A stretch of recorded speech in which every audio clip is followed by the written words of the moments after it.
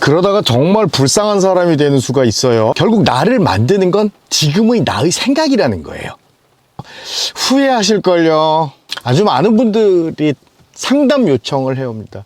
저 1시간만 내주세요. 30분만 내주세요. 보통 2월부터 11월까지는 저도 일정이 워낙 빡빡하다 보니까 그런 시간을 좀 여유롭게 못 내는 편인데 12월 중순에 마지막 강의 끝나고 나서 1월 말까지는 그 즈음에 만나는 분들하고는 굉장히 많은 수다를 떨어요. 또 상담도 많이 해드리는 편이고요. 그런데 제가 상담을 요청하는 분들의 열의 9은 스스로를 굉장히 불쌍한 사람으로 규정을 해요. 없는 집에서 태어났고요. 형편이 좋지 않았기 때문에 공부를 길게 못했고 물려받은 것도 별로 없고 어찌어찌 하다 보니 사업에 실패도 하고 지금 자리에서 안간힘을 쓰고 있지만 생각처럼 그렇게 쉽게 풀리지 않고 꼭 자기를 도와주던 사람들한테 배신과 사기를 당했고 이제는 막막한 상태여서 앞으로 도저히 어떻게 살아야 될지 모르겠습니다 라고 저한테 말을 걸어주세요.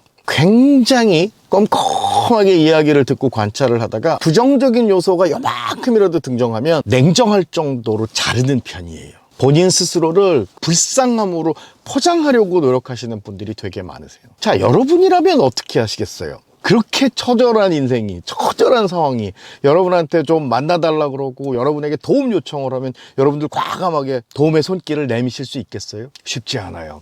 어려워요. 괜히 애를 썼던 나조차도 그 불쌍한 환경 속에 들어가는 게 아닐까 하는 생각 때문에 전 과감하게 자르는 편이에요. 저뿐만이 아니에요. 그 누구한테도 여러분이 처한 상황에 대해서는 냉정하고 객관적으로 묘사를 하고 설명을 하고 설득을 해야 도움의 손길을 얻을 수 있어요. 그런데 누가 봐도 너무너무 처절한 상황에서 아무리 도와줘도 밑 빠진 독에 물 붓기처럼 에너지를 쏟아 부어도 결국은 질질질질 흐르고 말겠구나 라고 생각하면 대부분의 사람들은 단념을 하는 거예요. 요령이 필요합니다. 누군가에게 도움을 얻고자 한다면 내가 이 정도로 힘들어요, 처절해요 라고 하는 이야기 대신 원래 저는 이런 꿈이 있었습니다. 이걸 하나하나 밟아오는 과정에서 지금은 발목이 약간 삐끗한 상황, 무릎이 조금 아픈 상황, 서두르는 바람에 길을 잘못 든 상황입니다 라고 이야기를 해줘야 똑같은 당신의 이야기를 받아들이는 사람이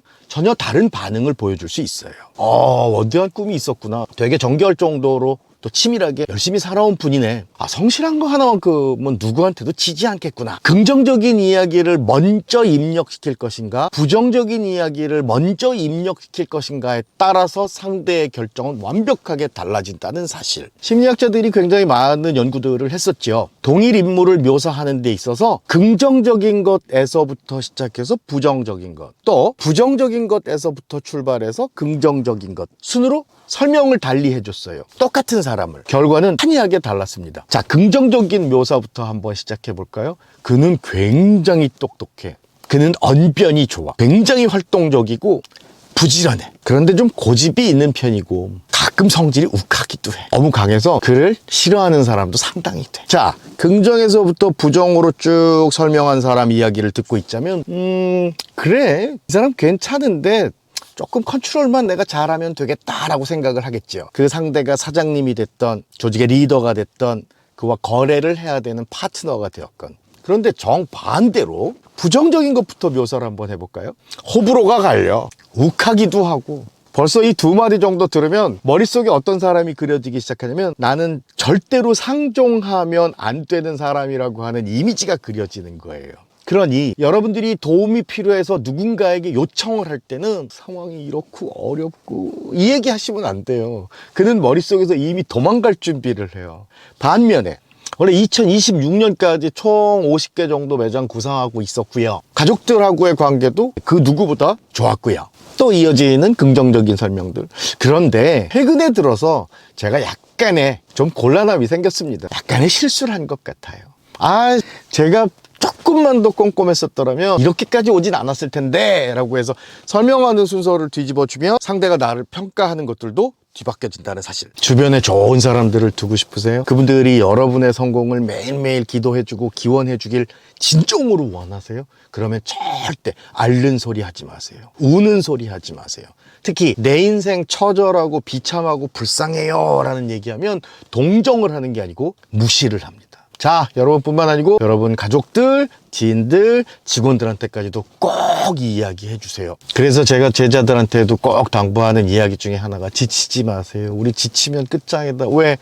스스로가 지치고 나면 그때부터는 모든 것들이 짜증이 나요. 그래서 표현 하나, 표정 하나, 인사말 하나 남들에게 행복을 줄 수 없는 거예요. 그 사실 하나만 꼭 잊지 마시고 여러분을 가능한 한 긍정적인 평가를 받을 수 있도록 대접하고 묘사하고 대우해 주세요. 여러분이 여러분을 대우해 줘야 주위 사람들도 여러분을 인정해 준다는 사실. 오늘 그 사실 하나만 잊지 않으셨으면 좋겠습니다. 자, 앞으로도 부자 사장, 가난한 사장 이야기 한 편이라도 빼놓지 않고 즐기시려면 구독 버튼 누르시고요. 종 옆에 화살표 모양 누르시면 이렇게 전체 알람 설정 하시는 거 다들 잊지 마세요.